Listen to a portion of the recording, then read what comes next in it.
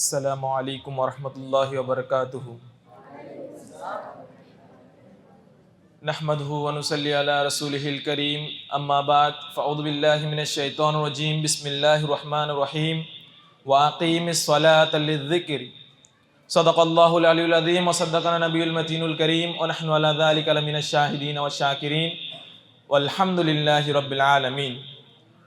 সমস্ত প্রশংসা, সমস্ত তারিফ, সমস্ত গুণাকীর্তন, সমস্ত গুণাভাজন সেই মহান রব্বুল আলামিনের দরবারে নিবেদিত, যিনি এক ও অদ্বিতীয়, ওয়াহদাহু লা শারীক।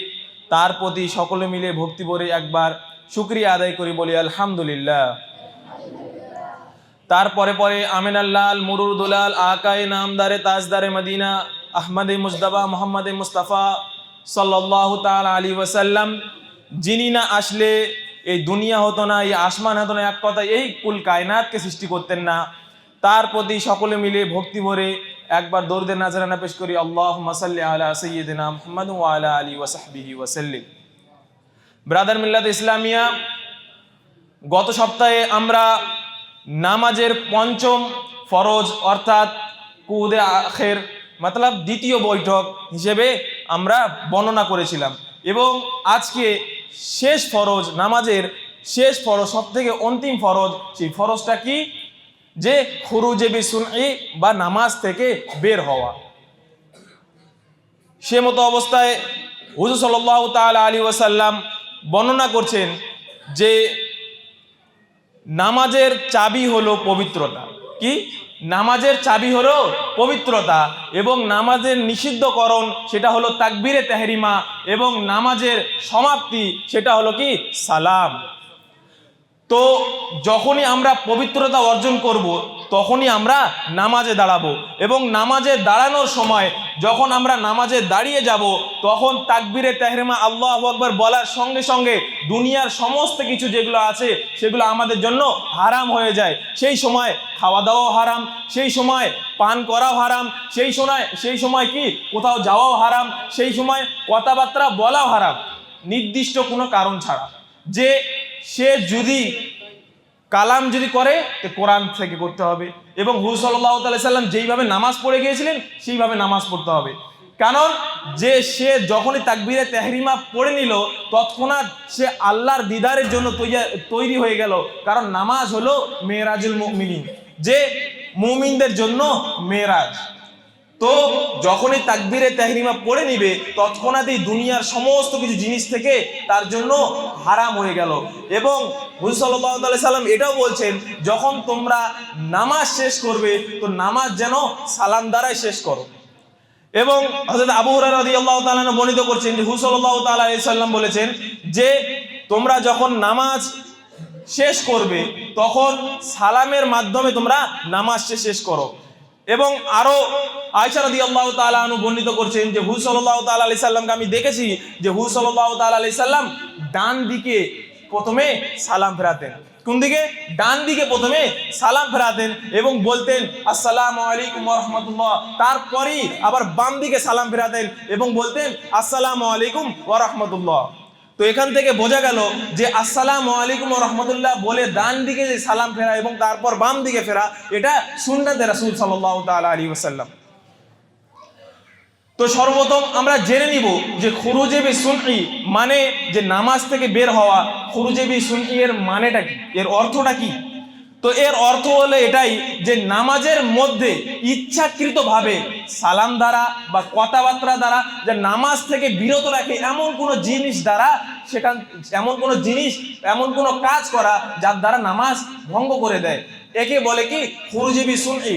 কিন্তু কেউ যদি সালাম ছাড়া, আসসালামু আলাইকুম ওয়া রাহমাতুল্লাহ ছাড়া অন্য কোনো জিনিস দ্বারা সে নামাজ ভঙ্গ করে, তাহলে কি হবে? তার জন্য পুনরায় আবার নামাজ আদায় করা ওয়াজিব, তার জন্য আবার পুনরায় নামাজ আদায় করতে হবে। এমতো অবস্থায় কেউ যদি ইচ্ছাকৃত না অনিচ্ছাকৃত হয়ে যায় এমন কোনো জিনিস আছে যার ক্ষেত্রে কি নামাজ ভঙ্গ হয়ে যায়। যেমন যে কেউ যদি তাশাহুদের মধ্যে আছে, আখেরি বৈঠকে আছে, যে শেষ বৈঠক সেখানে বসে আছে এবং সে কি তায়াম্মুমকারী ব্যক্তি ছিল, মানে যে তায়াম্মুম করে এসেছিল এবং সে দেখলো যে এখন তার সামনে পানি রয়েছে, সে মতো অবস্থায় তৎক্ষণাৎ তার নামাজ বাতিল হয়ে গেল, সে আবার পুনরায় অজু করে আবার নামাজ পড়বে। এমতো অবস্থায় আরো আছে যে কেউ যদি মাসা করে কার উপর, মোজার উপর, যে মোটা মোজা থাকে সেই মোটা মোজার উপর কেউ যদি মাসাও করে, তাহলে সে মাসা থাকে মুকিমের জন্য 1 দিন 1 রাত এবং মুসাফিরের জন্য 3 দিন 3 রাত।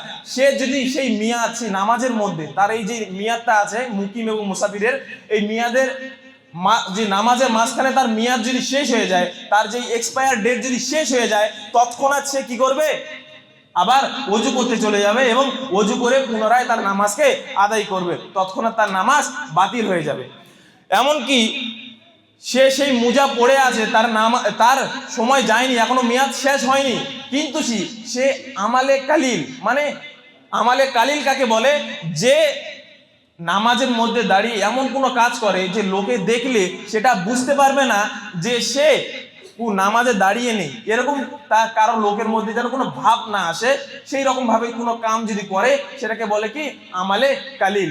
তো ওই রকম আমালে কালিল দিয়ে যদি সে সেই মোটা মোজাকে যদি কে খুলে ফেলে, খুফাকে যদি খুলে ফেলে, তৎক্ষণাৎ তারও নামাজ বাতিল হয়ে যাবে। এমনকি যে নামাজের মধ্যে যে কোনো আয়াতও পড়েনি, সে ফাতিহা সূরা পড়ার পর চুপ করে আছে, কারণ সে মনে করতে পারছে না যে কোনো আয়াত।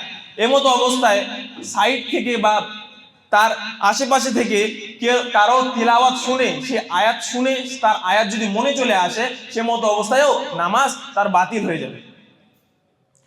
আরো কি, যে এমন কোনো ব্যক্তি যার পরিধান করার মতো কোনো পোশাক ছিল না, সে উলঙ্গ অবস্থায় নামাজের মধ্যে নামাজ পড়ছিল, এমতো অবস্থায় তার কাছে যদি কোনো কাপড় হাজির হয়ে যায় বা কোনো কাপড় যদি চলে আসে, তো তৎক্ষণাৎ তার নামাজ বাতিল হয়ে গেল, যদিও তার কাপড়ে নাপাক লেগে থাকে এবং এতটুকু নাপাক লেগে থাকে যে তার চতুর্থ অংশ পাক থাকে, শুধু সেই কাপড়ের চতুর্থ অংশ বা তার বেশি যদি পাক থাকে, তাও সেই কাপড় দিয়ে তাকে নামাজ পড়া তখন ওয়াজিব তার জন্য। তো এই হলো সেই নামাজ। বা যখন আমরা নামাজ পড়ি, সেই নামাজ পড়ার সময়, যেমন ফজরের নামাজের সময় সূর্য উঠে গেল, ফজরের নামাজের সময় সূর্য উঠে গেল, বা জুমার নামাজের সময় আসরের নামাজের টাইম চলে আসলো, জুমার নামাজ পড়তে গিয়ে আসরের নামাজের টাইম চলে আসলো, বা যখন ধরো ঈদের নামাজ, সেই ঈদের নামাজের সময় নিসফুন নাহার বা অর্ধেক মধ্যাহ্ন দিন চলে আসলো, সে মতো অবস্থায় নামাজ বাতিল হয়ে যাবে, সেই নামাজ হবে না। আবার এটাও দেখা যায় যে কারো হাতে জখমি থাকলে বা কারো হাতে যদি কোনো কাটা থাকে, সে জায়গায় সে ব্যান্ডেজ করে নেয়, সেই ব্যান্ডেজের উপর মাসা করা তখন তার জন্য ওয়াজিব থাকে। কিন্তু নামাজের মধ্যে যদি সেই জায়গা তার ভরে যায়, সেই জায়গা যদি পরিপূর্ণ হয়ে যায়, ঠিক হয়ে যায়, তারপরে সেই ব্যান্ডেজ যদি খুলে পড়ে যায়, তাহলে তার নামাজ বাতিল হয়ে যাবে, তৎক্ষণাৎই তার নামাজ কি হবে, বাতিল হয়ে যাবে, আবার পুনরায় ওযু করে তাকে নামাজ পড়তে হবে। তো এই সকল জিনিস কি অনিচ্ছাকৃত নামাজের মধ্যে হয়ে যায়। তো যখন আমি যে আয়াতে কারিমাটা তেলাওয়াত করেছিলাম, যে আল্লাহ তাআলা কি বলছেন, যে তোমরা নামাজ কায়েম করো এবং আমার সঙ্গে, যে আমার স্মরণে তোমরা লিপ্ত থাকো, আমার সঙ্গে আমার স্মরণে তোমরা কি করো, লিপ্ত থাকো। সেই জন্য যখন আমরা তাকবীরে তেহরিমা পড়িনি, তখন আমাদের জন্য দুনিয়ার সমস্ত কিছু হারাম হয়ে যায়, এবং যখন সালাম ফিরি তখন আবার দুনিয়ার সমস্ত জিনিস হালাল হয়ে যায়। তো সেই জন্য যখন আমরা নামাজের পরে সালাম ফেরাবো, তো কি করব, সর্বপ্রথম সালাম দিয়েই আমরা নামাজ শেষ করব। যদি তাছাড়া অন্য কোনো কাম দ্বারা বা কথোপকথন দ্বারা যদি আমরা নামাজ শেষ করি, তাহলে আমাদের নামাজ হবে না। এমনকি কেউ যদি নাপাক পোশাক পরিধান করে, নাপাক পোশাক পরিধান করার পর সে সেখানে নামাজ পড়ছে, এমন জায়গায় আছে সে তার কাছে এক সেটই কাপড়া আছে এবং সেই কাপড়াটা কি নাপাক কাপড়া, এবং সেই কাপড় সে নাপাক অবস্থায় আছে এবং সেটাকে করার জন্য, পাক করার জন্য কোনো জিনিস ছিল না তখন, সেই জন্য সে নামাজে দেরি হয়ে যাবে, সেই কারণে সে নামাজ আদায় করে এবং তৎক্ষণাতেই দেখে যে তার সামনে বা সাইডে কোথাও কি আছে, সেই পোশাককে পাক করার জন্য কোনো জিনিস পাওয়া গেছে, তো সর্বদা সে কি করবে, সেখান থেকে নামাজ বাতিল করবে এবং নামাজ তৎক্ষণাৎ তার বাতিল হয়ে যাবে। তৎক্ষণাৎ সে প্রথমে পোশাককে কি করবে, পোশাককে সে সাফ করবে, পাক করবে, তারপর সে নামাজ আদায় করবে। মাসলা হলো এটাই যে কোনো ব্যক্তি মুক্তাদি যদি কি হয়, ইমাম যদি কি হয়, ইমাম যদি উম্মি হয়, উম্মি মানে কি, সে জানে না নামাজের বিষয়ে বা অত কেরাত জানে না, এরকম কোনো ব্যক্তি যদি ইমাম হয় এবং মুক্তাদি যদি কি হয়, কারি, মুক্তাদি কোনো কারি হয়, এমতো অবস্থায় কারির যদি মনে চলে আসে, কোনো এক স্মরণে চলে আসে কোনো এক আয়াত, ওর আয়াত শুনে কোনো আর এক আয়াত যদি তার মনে চলে আসে, তো তার নামাজ ভঙ্গ হবে না, সে মতো অবস্থায় সে কারির নামাজ ভঙ্গ হবে না। আবার যে ফরজগুলো রয়েছে আমাদের, যে কিয়াম, কেরাত, রুকু, সুজুদ, এগুলোর কি একটা তারতিব রয়েছে, একটা ধারাবাহিকতা রয়েছে। এই ধারাবাহিক অবস্থায় নামাজটা পড়া কি আমাদের ফরজ। এই ধারাবাহিকভাবে প্রথমে কি কিয়াম করা, কেরাত করা, রুকু, সুজুদ, তারপর কাদে আখের, তারপর খুরুজে বিসুনি, এগুলো কি ধারাবাহিকতা। এই ধারাবাহিকতা ছাড়া কেউ যদি আগে রুকু করে তারপর কেরাত করে, তাহলে তার নামাজ হবে না। যদি সে আগে রুকু করে কেরাত করার পর আবার পুনরায় রুকু করে, তাহলে তার নামাজ হয়ে যাবে। কি, সে যদি আগে রুকু করার পর আবার কেরাত করে আবার যদি রুকু করে, তো প্রথমকার রুকুটা, সেই রুকুটা তার বাতিল হয়ে যাবে এবং তারপরের যে রুকুটা, সেই রুকুটা নামাজের জন্য কবুল হয়ে যাবে। এমতো অবস্থায় কেউ যদি সিজদায় যায় এবং কেরাত সিজদা করে এবং কেরাত ভুলে যায়, তার জন্য কি রয়েছে, যে কেরাত করার পর আবার রুকু করবে, আবার সিজদা করবে, তার জন্য যে প্রথমে সিজদা করেছে সেই সিজদা এবং রুকুটাও বাতিল হয়ে যাবে। আর এমন ব্যক্তি, যে ব্যক্তি কি করবে, যে ফরজ নামাজ, সে নামাজ পড়তে গিয়ে প্রথমে কোনো আগের কোনো ফরজ নামাজ সে ভুলে গেছে। যেমন কোনো ব্যক্তি জহরের নামাজ পড়েনি, কিন্তু সে আসরের নামাজ পড়ার জন্য চলে আসছে, এমতো অবস্থায় সে নামাজের মধ্যে তার মনে পড়ে গেল যে আমি জহরের নামাজ পড়িনি, জহরের নামাজ আদায় করিনি, সে অবস্থায় তার জন্য কি করা, সে নামাজ বাতিল হয়ে যাবে।